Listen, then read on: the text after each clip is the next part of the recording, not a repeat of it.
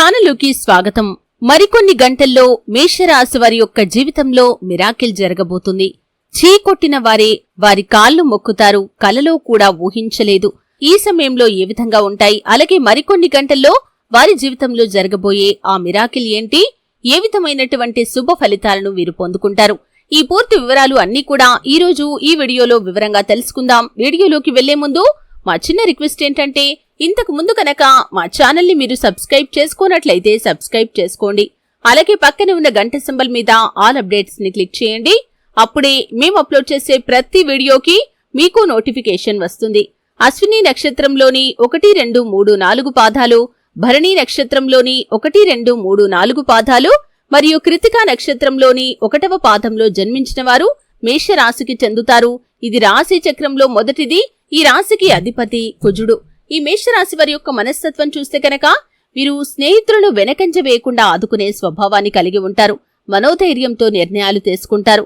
అలాగే కోపం వీరికి అధికంగా ఉంటుంది కాబట్టి కోపాన్ని అదుపులో ఉంచుకుంటే మాత్రం జీవితంలో రాణిస్తారు. స్వతంత్ర అభిప్రాయాలు కలవారిగా ఉంటారు. ఎవరైనా వీరి స్వాతంత్రానికి అడ్డు వస్తే మాత్రం ఆ పనిని అక్కడే వదిలేస్తారు. ముఖ్యంగా పొగడ్తలకు లొంగిపోయే స్వభావం కూడా ఉంటుంది కాబట్టి ఈ కారణంతో ఎవరైనా సరే వీరిని సులభంగా బుట్టలో వేసుకోగలుగుతారు. అయితే మేషరాశి వారి యొక్క జీవితంలో మనోనిశ్చయం, సాహసం వీరి యొక్క లక్షణాలనే చెప్పుకోవచ్చు. ఇవే కాకుండా కొంత మూర్ఖత్వం కూడా వీరికి ఉంటుంది.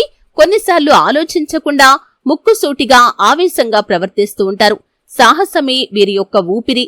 ఇతరులను సులభంగా సమకూర్చుకుని నాయకత్వం వహించటం వీరి యొక్క జీవలక్షణం. మేషరాశి వారు లక్ష్య సాధనలో ఎంతటి త్యాగానికైనా వెనకంజ వేయరు. దయార్థ హృదయం కలవారిగా ఉంటారు. అయితే మరికొన్ని గంటల్లో వీరి యొక్క జీవితంలో అద్భుతం జరగబోతుంది. గ్రహస్థితి వీరికి చాలా అనుకూలంగా ఉంది.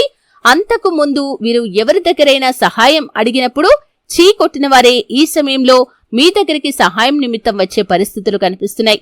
అంటే ఆర్థికంగా వారు దిగజారిపోయే పరిస్థితులకు వెళ్లిపోయినప్పుడు కావచ్చు, లేకపోతే మీ నుండి ఆర్థిక సహాయమే కాకుండా లేకపోతే ఏదైనా మాట సహాయం అడగటం కావచ్చు. ఈ విధంగా జరిగే సూచన అయితే కనిపిస్తుంది.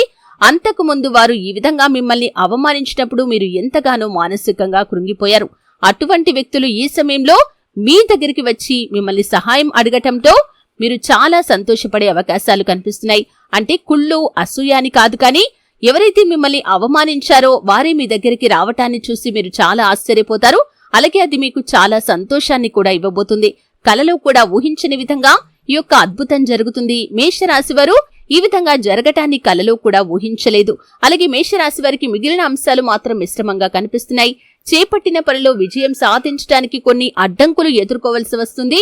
జాగ్రత్తగా ఉండాల్సిన పరిస్థితి అయితే కనిపిస్తుంది.